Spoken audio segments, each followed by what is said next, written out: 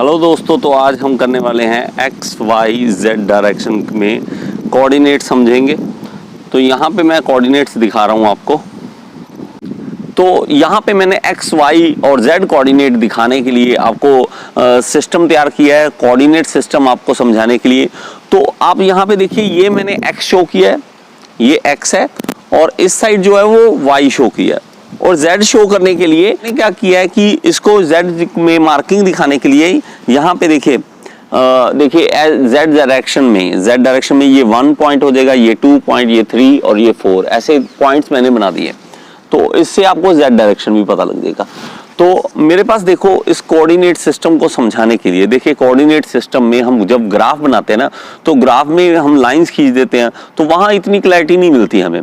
तो यहाँ पे आपको क्लैरिटी मिल जाएगी। देखो, अगर मान लो मैं कहीं पॉइंट बोलता हूं कि एक्स डायरेक्शन में 2x पॉइंट पे पहुंचना है, ये ओरिजिन है हमारा। ओरिजिन पे क्या है, x0 है और y0 है।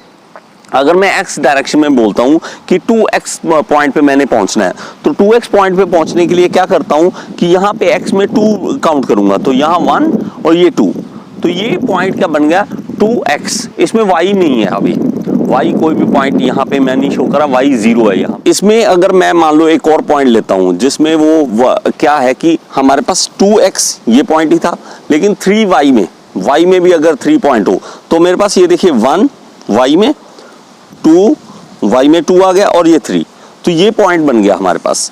तो ये पॉइंट का एड्रेस क्या बन गया, एड्रेस बन गया x में 2 और y में 3। तो ये पॉइंट है। अगर एक चींटी की बात करूं ना, तो एक चींटी जो होती है ना, वो अपना एड्रेस कैसे बताएगी, वो यही कहेगी ना कि 2x और 3y, तो ये पॉइंट आ जाएगा। लेकिन एक मक्खी की बात करें तो मक्खी जो है ना, वो अपना एड्रेस z में भी बताएगी। तो z में ये पॉइंट जैसे 2x और 3y तो आ गया, z में 1 और 2, अगर 2 z में भी 2 हो गया तो ये मक्खी का एड्रेस आ गया। तो इस पॉइंट पे जो है वो मक्खी अपना एड्रेस बता सकती है कि मेरे यहाँ पे मैं रहती हूँ। तो ये पॉइंट होता है। तो आप इस स्पेस को समझो कि इस पूरे स्पेस में आपने x, y और z किस तरह से लेना है। अब आपको एक लाइंस लेके बताता हूँ कि लाइंस कैसे ड्रॉ करते हैं हमारे पास कोऑर्डिनेट सिस्टम में। कि मैं इस वायर को लेता हूँ और यहाँ पे एक लाइन ड्रॉ करना चाहता हूँ, तो क्या करूँगा कि मैं इस डायरेक्शन में जाऊँगा, ठीक है। तो यहाँ पे देखते हैं,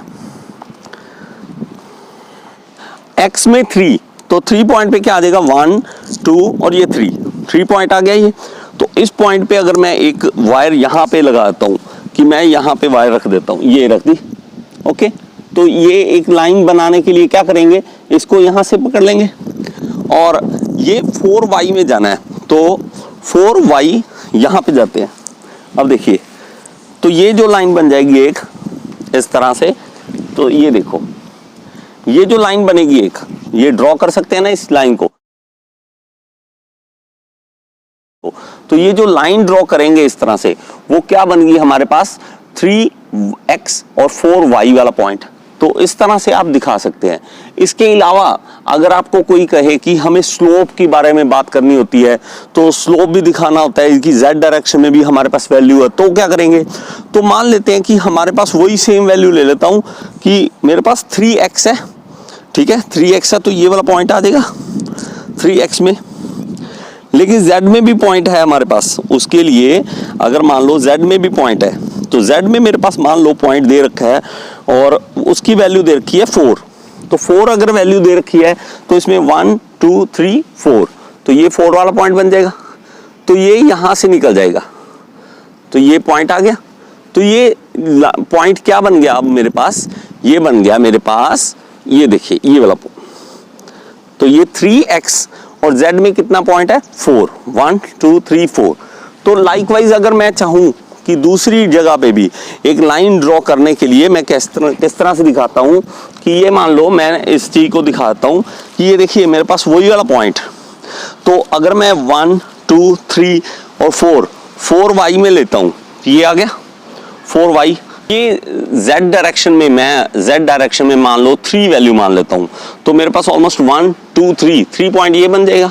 तो 3 पॉइंट है, अगर मैं ये इसको मानता हूं तो मैं इसको यहां से निकाल लेता हूं वायर को, और ये वायर यहां से आ जाएगी। और आने के बाद ये देखना, अब इसका स्लोप भी आपको समझ आ जाएगा, ये आ गया। अभी ये जो लाइन बन रही है तो आप इसका स्लोप चेक कर सकते हैं। तो ये एक स्लोप में है, एक एंगल में है। अगर इससे भी कम वैल्यू होती तो अगर मैं इस पॉइंट को नीचे लेता, मान लेते हैं कि यहाँ मैं इस पॉइंट को यहाँ पे मान लेता हूँ, चलो ठीक है। तो Z में ये मैं 1 पॉइंट पे मान लूँ, तो ये जो लाइन है, इस लाइन को देखिए, इसका एक स्लोप तैयार हो रहा है, तो ये एक लाइन बन रही है हमारे पास। तो इस कोऑर्डिनेट सिस्टम को समझाने के लिए मैंने ये छोटी सी कोशिश की है। अगर आपको समझ आया तो आप इस वीडियो को लाइक ज़रूर करें, और मेरी बनाई और ज़्यादा वीडियोस अगर आप देखना चाहते हैं तो यूट्यूब के सर्च बॉक्स में लिख दीजिए टॉपिक का नाम और साथ में लिख दीजिए गियर इंस्टीट्यूट। अगर उस टॉपिक में मैंने वीडियो बनाई है तो आपके सामने आ जाएगी। Thank you so much.